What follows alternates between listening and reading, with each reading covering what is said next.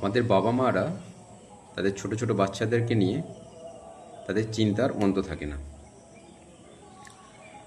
বিশেষ করে তাদের খাওয়ানো নিয়ে। বাচ্চা ঠিকমতো খায় না, খাবার মুখে নিয়ে বসে থাকে, খাবার সময় প্রচণ্ড কাঁদে। আবার অনেক বাচ্চা দেখবেন ফোন ছাড়া খায় না, ফোন দিলেই অটোমেটিক্যালি খেতে লাগে। এটা সবথেকে আমাদের এখন মায়েদের সবথেকে বড় সমস্যা বাচ্চাকে খাওয়ানো নিয়ে। সেকেন্ড, বাচ্চা ঠিকমতো ঘুমায় না। এক একটা বাচ্চাকে ঘুম পাড়াতে সময় লাগে প্রায় 1 ঘন্টা 2 ঘন্টা, আবার সবার সাথে সাথেই উঠে পড়ছে। কোনো কোনো বাচ্চা দেখবেন কোলে ছাড়া ঘুমায় না, রাতে বারবার জেগে ওঠে। এই নিয়ে বাবা মায়ের চিন্তার শেষ নেই। থার্ড হচ্ছে, কোনো কোনো বাচ্চা দেখবেন বারবার রোগে ভোগে, বিশেষ করে সর্দি কাশি জ্বর, রাত্রে কাশি, নাক বন্ধ হয়ে যাওয়া। আবার দেখবেন কোনো কোনো বাচ্চা পেটের প্রবলেমে ভোগে, পায়খানা করে না, 5-6 দিন 7 দিন 2 সপ্তাহ ছাড়া ছাড়া পায়খানা করে।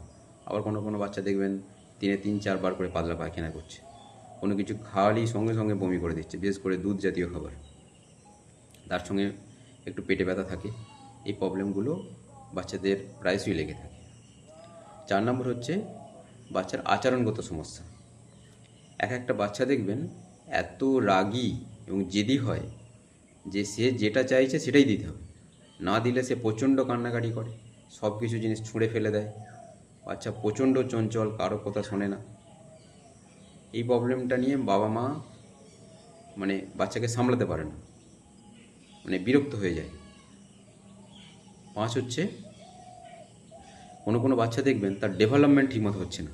বিশেষ করে অনেক বাচ্চা দেখবেন তার হাঁটতে দেরি হচ্ছে, কথা বলতে দেরি হচ্ছে, যে কোনো কিছু শেখা সেটা অনেক দেরিতে হচ্ছে। এবং দেখবেন বাচ্চার আই কন্ট্যাক্ট কম, আপনি কোনো কিছু বলছেন কোনো রিয়্যাক্ট করছে না। সোশ্যাল যে এন্টারটেনমেন্ট সেটা কম বাচ্চার মধ্যে। এই নিয়ে বাচ্চার মায়ের কিছু কিছু বাচ্চার মধ্যে এই সমস্যাগুলো থাকে, তো সেই নিয়ে বাবা মায়েদের চিন্তার শেষ থাকে না। ষষ্ঠ হচ্ছে, এক একটা বাচ্চা এতটাই চঞ্চল, হাইপার অ্যাক্টিভ, রেস্টলেসনেস বেবি। সে এক টাইমও সে স্থির নেই, সব সময় সে ছুটোছুটি এদিক ওদিক করছে, জিনিস ছুঁড়ে ফেলছে। সে এতটাই চঞ্চল অস্থির যে বাবা মা তাকে সামলাতেই সে পেরে উঠছে না। এরকমও বাচ্চার কমপ্লেন দেখা যায়। আবার কিছু কিছু বাচ্চা দেখবেন যে সে সব কিছু বাবা মা নানা রকম হরলিক্স, কমপ্লেন, নানা রকম প্রোটিন পাউডার ইত্যাদি থেকে শুরু করে সব কিছু খাচ্ছে, অথচ বাচ্চার ওয়েট বাড়ছে না, তার ডেভেলপ ঠিকমতো হচ্ছে না। আবার কোনো কোনো বাচ্চা দেখবেন খুব ফ্যাটি ফ্লেভি। এই সমস্ত নিয়ে বাচ্চাদের মায়েদের তাদের নানা চিন্তা, এবং চেম্বারে হামেশা এই কমপ্লেনগুলো আসে যে স্যার বাচ্চাকে নিয়ে কী করব বুঝতে পারছি না, নানা রকম প্রবলেম আসে। তো এই প্রবলেমগুলো থেকে আপনাকে ধীরে ধীরে বেরিয়ে আসতে হবে। প্রথম বলি, বাচ্চা যদি খেতে না চায় জোর করে খাওয়াবে না। বাচ্চাকে ফোন দেখিয়ে মোটে খাওয়ানো যাবে না। বাচ্চার খাবারের জন্য একটা নির্দিষ্ট টাইম তৈরি করুন। বাড়ির সবাই যখন খাচ্ছে তাদের সাথে বসে বাচ্চাকে খাওয়ান। বাচ্চা যদি খুব জেদি হয়, বাচ্চাকে মারধর, বোকা, শাসন করা, বাচ্চার সামনে নেগেটিভ কথাবার্তা বলা থেকে আপনি দূরে থাকুন। বাচ্চাকে নিয়ে অযথা টেনশন করবেন না। থার্ড সবথেকে ইম্পর্টেন্ট পয়েন্ট হচ্ছে, বাচ্চার ওপর জোর করে কিছু চাপিয়ে দেবেন না। বাচ্চাকে অপর বাচ্চার সাথে, আপনার বাচ্চাকে অপর বাচ্চার সাথে কম্পেয়ার করবেন না। বাচ্চার সামনে কখনই বলবেন না যে ওই বাচ্চা দেখ তাড়াতাড়ি পড়াশোনা করছে, ফার্স্ট হচ্ছে স্কুলে, তুই কেন করতে পারছিস। এই ধরনের কথাবার্তা থেকে দূরে আসুন। বাচ্চাকে অযথা একদম অল্প বয়স থেকে তাকে পড়াশোনার এত বোঝা চাপিয়ে দেওয়া, স্কুলে ভর্তি করে দেওয়া। আপনি ভাবছেন হয়তো এই 3 বছর থেকেই বা 4 বছর থেকেই বাচ্চাকে একদম স্কুলে ভর্তি করে দিলাম, আমার বাচ্চা অনেক কিছু শিখে যাবে। না, এই বাচ্চার প্রচণ্ড প্রবলেমে পড়বে। বাচ্চার ওপর অতিরিক্ত কোনো কিছু চাপিয়ে দেওয়া যাবে না। বিশেষ করে আমাদেরকে অপর বাচ্চার সাথে নিজের বাচ্চার কম্পেয়ার করা, এটা মোটে করা যাবে না।